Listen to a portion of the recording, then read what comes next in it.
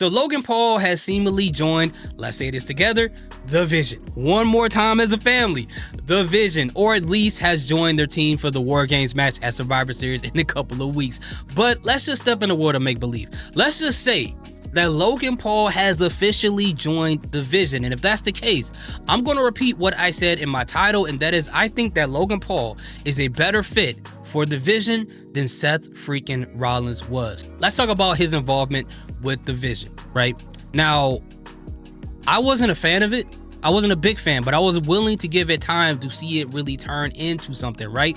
Now, I do appreciate that WWE did think this was a good idea, and it makes sense. In concept and in paper, taking Paul Heyman and adding him to anyone to send him to the next stratosphere, it makes sense, right? For the most part, Paul Heyman has been a net positive for a lot of wrestlers' careers, going back to ECW, to Kurt Angle, to even Roman Reigns and Brock Lesnar. The proof is in the pudding. Like, adding him pretty much helps a lot of people. So to assume that that is going to help Seth Rollins go to the next level, it makes all the sense in the world, and I appreciate the attempt.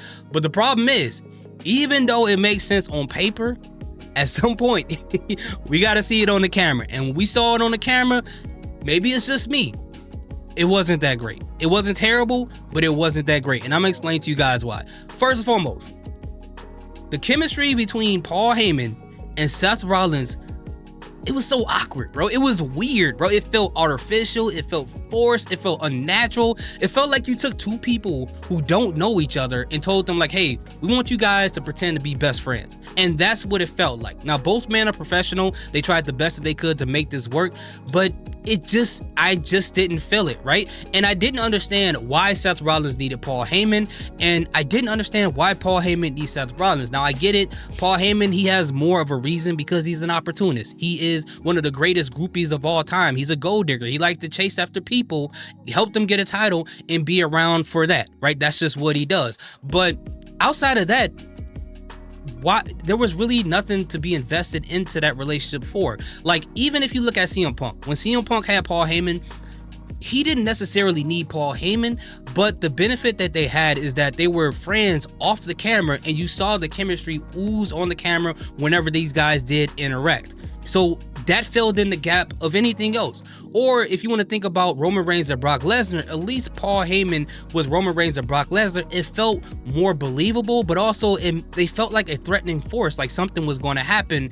And when it came to Seth Rollins, he liked both sides of it. So it was just like an empty relationship. And it's not Seth Rollins' fault. It's not like he doesn't have the ability to be a great leader to a heel faction. I think when he was the Monday Night Messiah, that was great.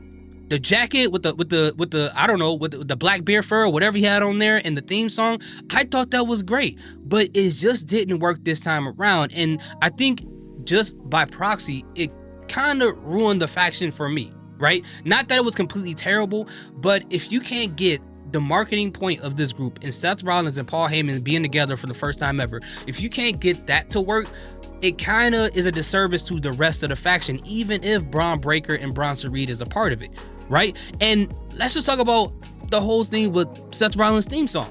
With them keeping that same theme song and the fans cheering and doing all of that stuff, it makes it harder to make his faction be a believable faction, let alone him to be a believable heel. It just doesn't feel like we should take him seriously, right?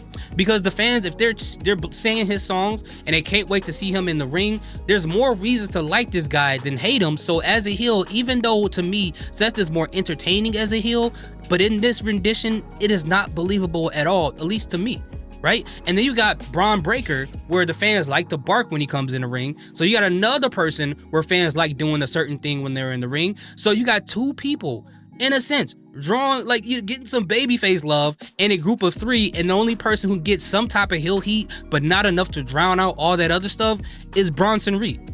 So it just, the whole thing was just kind of, whatever. I appreciated that they try to understand that maybe if they got more time after the unfortunate injury of Seth Rollins, maybe they would have had a better opportunity. But from what I saw, it just wasn't that. But as far as that category goes, we saw Logan Paul when he came out to Monday Night Raw. You heard the fans in New Mexico. And I get it, it's that crowd, it's not like that everywhere, but the amount of boos that this man got, it was on a level of when Dominic Mysterio was first getting those boos. It was loud. And by him being added to that group, it contributes a person that the fans actually hate to a group that they're supposed to hate. And the boos that the Vision wasn't really getting. Like, people were booing the Vision, but they were like, boo, because it's fun to do so. They're the bad guys. But these people actually hate Logan Paul. So for someone like Logan Paul that everybody hates to team up with somebody like a Paul Heyman who could be a snake, right? If you want perfect heel heat, that is the way you want to go. That is the way you want to go.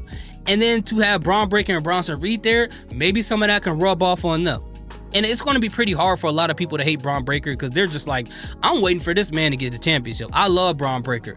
But hopefully Logan Paul and whoever the fourth member is can contribute something to make this group feel like it's a heel group, right? And I think that's why Logan Paul fits. It's like a newer generation of people, right? You got Bronson Reed and Braun Breaker, some younger wrestlers. Braun Breaker more so the younger one. You got Logan Paul as a younger wrestler. And if Austin Theory gets added to the group, you're going to get a whole faction of younger wrestlers being the top heel faction on Monday Night Raw with Paul Heyman, which a lot of people had complained about WWE saying that they don't give younger talent an opportunity. Now you're going to have 4 people who have an opportunity if they go that route.